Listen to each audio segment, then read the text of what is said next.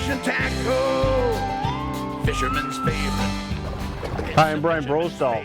Next time you go fishing and you have some obstructions on the bottom, tie your jig to a slip bobber. You can see right here I've got a slip bobber with an actual jig, so I can suspend my jig above the bottom. And you want the bobber to be neutrally buoyant so the fish can strike it and take it down quick. Set it about a foot off the bottom, which is a good depth for walleyes. If you're drifting fast, set it maybe closer to the bottom, a half a foot off. Now I'll start by using a high contrasting jig like the Vegas jig. You'll want to go a little heavier when you're using it under a bobber because you want that jig to stay vertical when you're drifting. One thing, even with a heavier jig, when the walleye strikes under a bobber, he'll pull the bobber down, giving you a good strike indicator.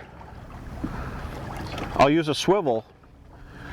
It saves you from spinning up your line, and it's a good place for the bobber to stop because you don't want it to rest right on your jig when you're casting. And then here's a great idea.